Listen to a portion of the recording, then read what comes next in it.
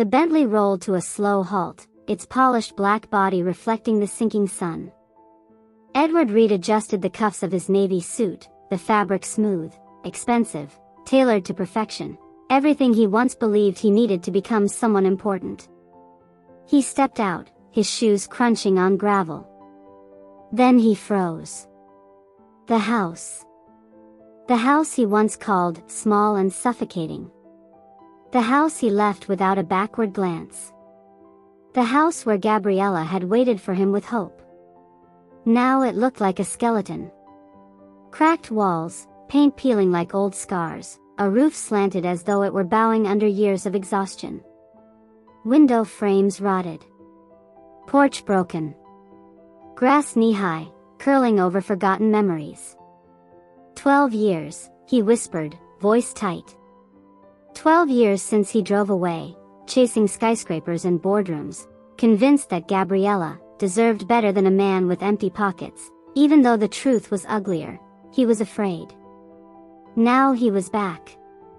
A millionaire. Successful. Powerful. Untouchable. Or so he thought, until he saw the ruins of the life he abandoned. His stomach twisted. This wasn't neglect. This was survival. He walked past her, ignoring her protests, until he reached the living room wall, cracked, sagging, ready to fall. He lifted the hammer he brought from his car. Gabriella rushed toward him. Edward, stop. You've lost your mind. He swung the hammer and smashed into the wall. Dust exploded around them. I'm fixing what I broke, he said through clenched teeth. Another swing. And another. His suit became covered in dust. His hands shook. The twins clung to their mother. Gabriella stared at him like he was a ghost she thought she buried years ago. Fixing, she whispered. You think fixing a wall fixes what you did to me? He swung again, harder, as if the wall were responsible for everything. The child he never knew existed. The woman he left behind. The truth he learned too late. His chest heaved, sweat mixing with dust. No, he finally whispered. But it's a start. Voices grew outside. Neighbors gathered. Phones recording. The millionaire from New York destroying Gabriella's house. The ex who abandoned her now tearing down her walls. Drama. Speculation. Gossip. Mrs. Hawthorne, an older woman who lived across the street, walked closer. Edward Reed, she muttered, shaking her head. You came back too late. He turned sharply. What do you mean? She hesitated, then sighed. That woman fought alone for 12 years. 2 girls on her hip, 2 jobs, no help. Her eyes hardened. Not from her family. Not from yours. Gabriella looked at the ground. Edward swallowed hard. Throat burning. What about their father? He asked quietly, though he already sensed the answer. Mrs. Hawthorne frowned. Their father? Gabriella never named him. Just said he left before he even knew. The world tilted. Gabriella stiffened. The twins pressed closer to her. And Edward felt his pulse roaring in his ears. They're mine, he whispered. Gabriella turned away. Gabriella, Edward said, voice trembling, tell me why didn't you call? Why didn't you tell me? Her eyes filled with tears, the kind a person tried to hold for years but couldn't anymore. I did call, Edward. His heart slammed against his ribs. 15 times. On the night I went into labor early. The night I thought I was dying. He stumbled backward. No, I never. You never answered, she cried. You left that night. You said you couldn't breathe here. You turned your phone off, drove 6 hours to New York, and never looked back. His jaw clenched. Then came the memory. His phone battery dying. Throwing it into his bag. Ignoring everything, wanting silence. He shook his head slowly. Gabriella, I didn't know. She wiped her tears roughly. I screamed your name in the delivery room. I begged for you. I cried for you. The nurses kept asking where the father was. Her voice cracked. I didn't have an answer. Edward felt something shatter inside him. But why didn't you tell me after? He whispered. Her expression hardened into something colder. You left me, Edward. You walked away. With your silence, you made one thing very clear. You didn't want a life with me. So why would I drag you back into a world you didn't want?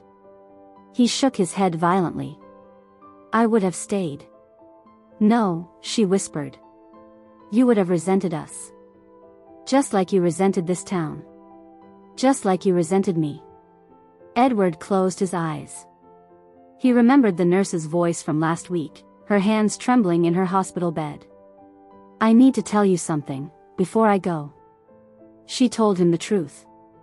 About the night Gabriella delivered prematurely.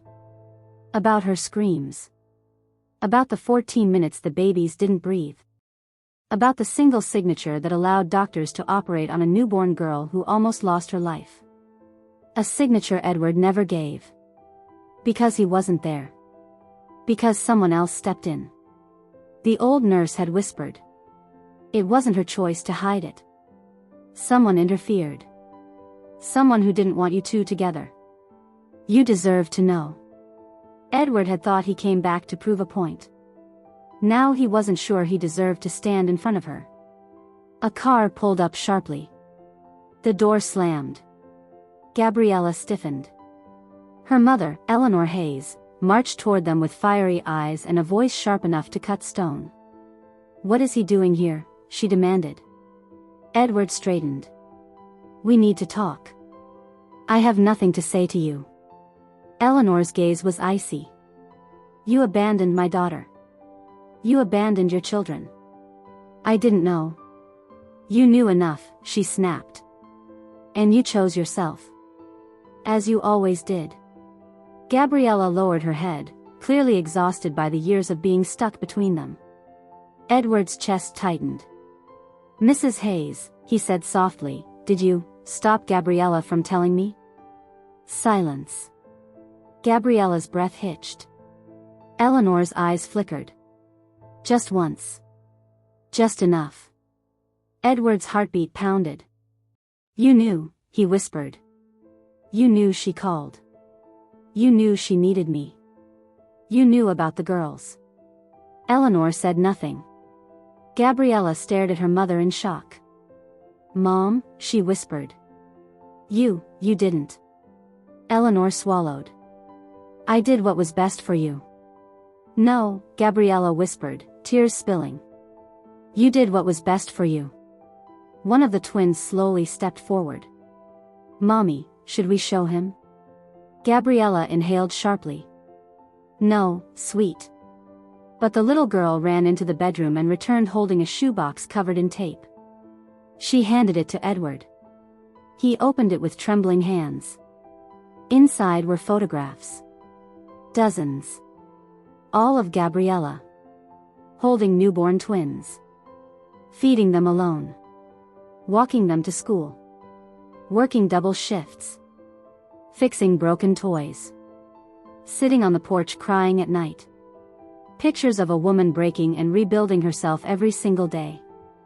Pictures hidden from him. Pictures he should have been in. Edward's vision blurred.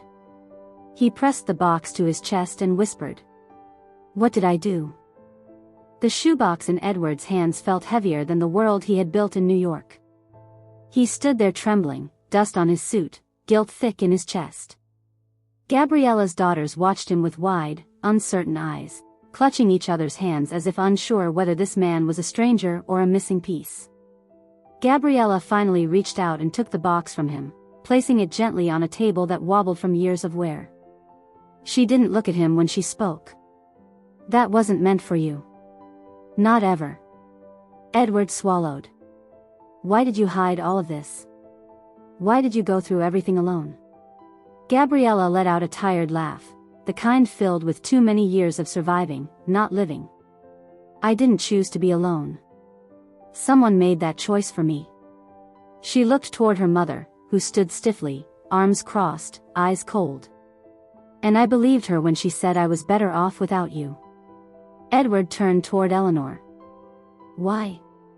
Why would you do that to your own daughter? Eleanor didn't answer at first. Her shoulders rose and fell with a slow, controlled breath. She looked at Gabriella as if she were still a little girl needing protection. Because I saw what loving you did to her. I saw how she waited on your dreams. How she held her breath every time you talked about leaving this place. She was already losing herself. I wasn't about to let her lose everything. Edward shook his head. You don't get to decide who she needed. You don't get to take her choices away. That's what mothers do, Eleanor snapped. We protect our daughters from men too weak to stay. Gabriella flinched. Edward stepped closer, lowering his voice. I wasn't weak. I was scared, and stupid. There's a difference. Eleanor's jaw tightened, but for the first time, doubt flickered. Edward turned to Gabriella. When the nurse told me everything, when she said someone blocked the truth, I didn't want to believe it. Gabriella's eyes widened. The nurse? The one who helped deliver the girls, he whispered. She said she intercepted the last call you tried to make. She told me you were asking for me. Screaming for me. His voice broke. She said someone else told her I didn't want to know. Someone told the hospital I left for good.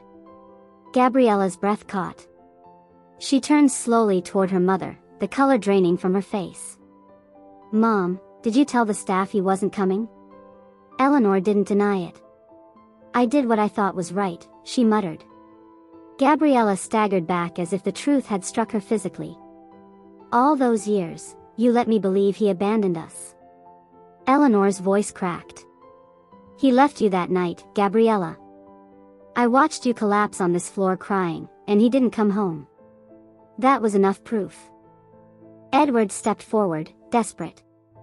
I didn't know she went into labor early. I didn't know the twins almost died. I didn't know anything. I left that night because I felt like I wasn't enough for you. Like I was dragging you down. I thought going to New York would give us a future. Gabriella's eyes filled. A future doesn't need skyscrapers, Edward. It needs presence. He nodded, tears streaking down his dusty face. I learned that too late. One of the twins, the one holding the stuffed rabbit, tugged Gabriella's sleeve.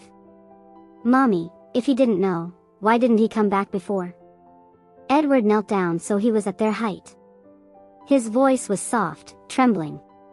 Because I was a coward. I kept telling myself you were better off without me.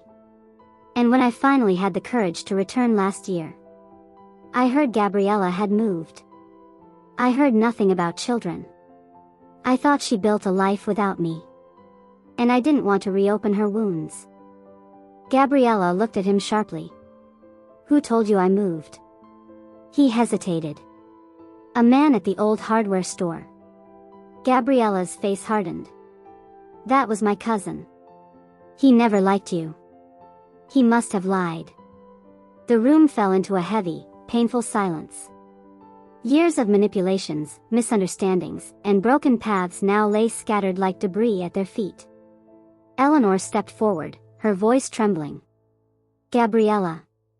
I didn't want the same life I had. Your father left too. Gabriella shook her head violently. No. My father died. He didn't abandon you. Eleanor swallowed. He may as well have. He never loved this family the way I did. I broke my back to raise you. I wasn't going to let a man who couldn't even stay one night without suffocating take over your life. Edward closed his eyes. You didn't save her. You stole from her. You stole from me. You stole 12 years from our daughters. The twins looked between the adults, eyes glossy and confused. One whispered, Mommy, did he really want to know us? Gabriella covered her mouth as tears spilled down her cheeks. She couldn't speak. Edward moved closer, voice unsteady. From the moment I saw you, I knew I missed everything that ever mattered. A sob escaped Gabriella's throat. For the first time in 12 years, she didn't hide the longing, the grief, the love she buried under survival. Then suddenly one of the twins stepped toward Edward. She placed her small hand on his. "Are you mad at Mommy?" Edward shook his head fiercely. "No. Never. Your mother is the strongest person I've ever known." The other twin approached too, eyes bright with innocence and something he didn't deserve, trust. "Are you gonna leave again?" Edward's chest collapsed around his heart. "Not unless your mother tells me to go. Not unless she wants me gone. I will never walk away willingly again." Gabriella closed her eyes, overwhelmed, shaking, torn between what she knew and what she once hoped for. Before she could speak, emotion cracked inside her and she whispered, "Why did you bring the hammer, Edward?" He looked at the broken wall. "Because I didn't come to take anything from you. I came to fix what I destroyed." Gabriella's breath stuttered. The twins looked at their mother. Eleanor's face softened reluctantly. Edward dropped the hammer to the floor. The sound echoed through the hollow, aching home. And for the first time since arriving, he whispered the truth that had been clawing inside him. "I didn't lose you 12 years ago. I lost you every single day I didn't know you needed me." Gabriella's knees gave out, and she sat on the worn couch, covering her face. Years of pain and survival crashed into her all at once. Edward moved toward her slowly, stopping a few steps away, afraid to touch her, afraid to make anything worse. She lowered her hands. Tears streaked her cheeks. Her voice trembled. "What am I supposed to do with all this, Edward?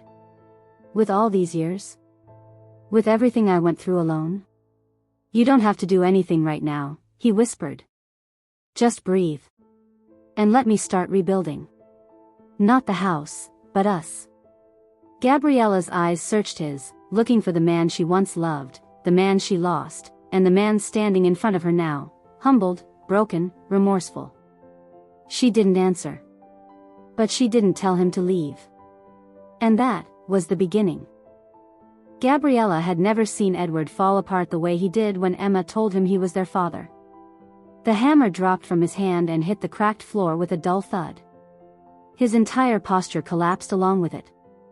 The fierce, confident millionaire who arrived to teach a lesson now looked like a child who had lost his way. Gabriella stood frozen, her back pressed against the wall, her breath shaking in her chest. Emma and Hannah clung to her skirt, confused and frightened by what they had witnessed. Edward stepped back as if needing space to breathe. His eyes darted around the ruined room, the peeling paint, the broken window, the roof patched with cardboard, the empty kitchen shelves. He covered his face with both hands and whispered something so quietly that Gabriella almost didn't hear it. "What did I do?" He looked at the girls again, and this time, there was no anger, no ego, no resentment. Only devastation. "Gabriella," he said, barely able to speak. "Why didn't you tell me?" She stared at him, exhaling a trembling breath. "Tell you?" Her voice cracked. "You told me to never contact you again. You left like we never meant anything to you. You blocked my number. You blocked my emails. You made sure I couldn't reach you even if I tried." He winced. "I didn't know. I didn't know about them. I didn't know you were," she cut him off with a painful laugh. "Pregnant?" She shook her head. "Edward, I tried to tell you. The day you left, I called you 15 times. Remember?" His face drained of color. "The nurse," he whispered. Tears began to gather in his eyes. "She told me on her deathbed. She admitted she turned off my phone that night. She deleted the missed calls. She thought you were ruining my life." Gabriella stared at him in horror. "What?" "She thought I needed to get out of this town. She thought you were the reason I wasn't rising fast enough." He ran a hand through his hair, trembling. "She said you'd trap me. That you would keep me small forever." Gabriella shook her head, disbelief stretching across her face. She thought that? Me? Her voice grew stronger, sharper. I worked 3 jobs to help you pay for your school. I cooked for you after 10-hour shifts. I cared for your mother when she was sick. I gave everything to you.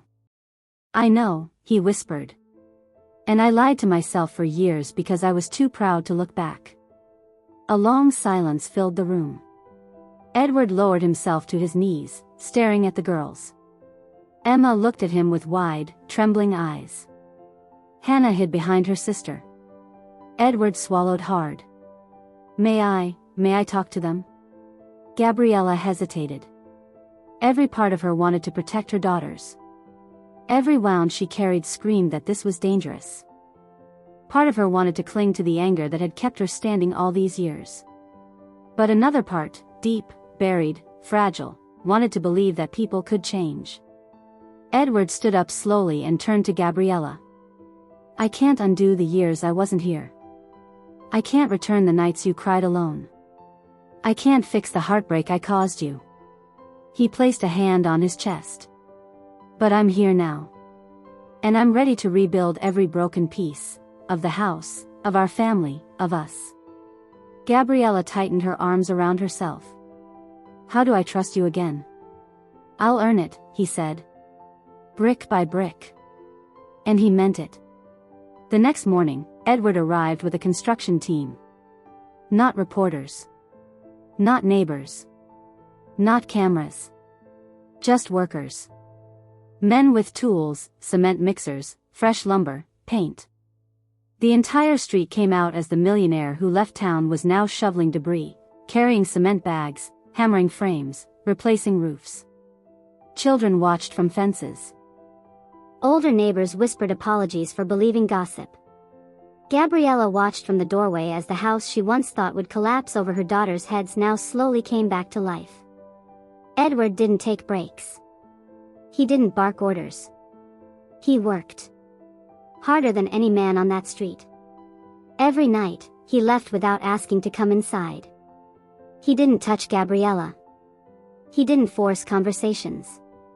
He simply rebuilt. Weeks passed. The house emerged into something beautiful: strong beams, fresh paint, secure roofing, safe floors, new windows, warm lighting.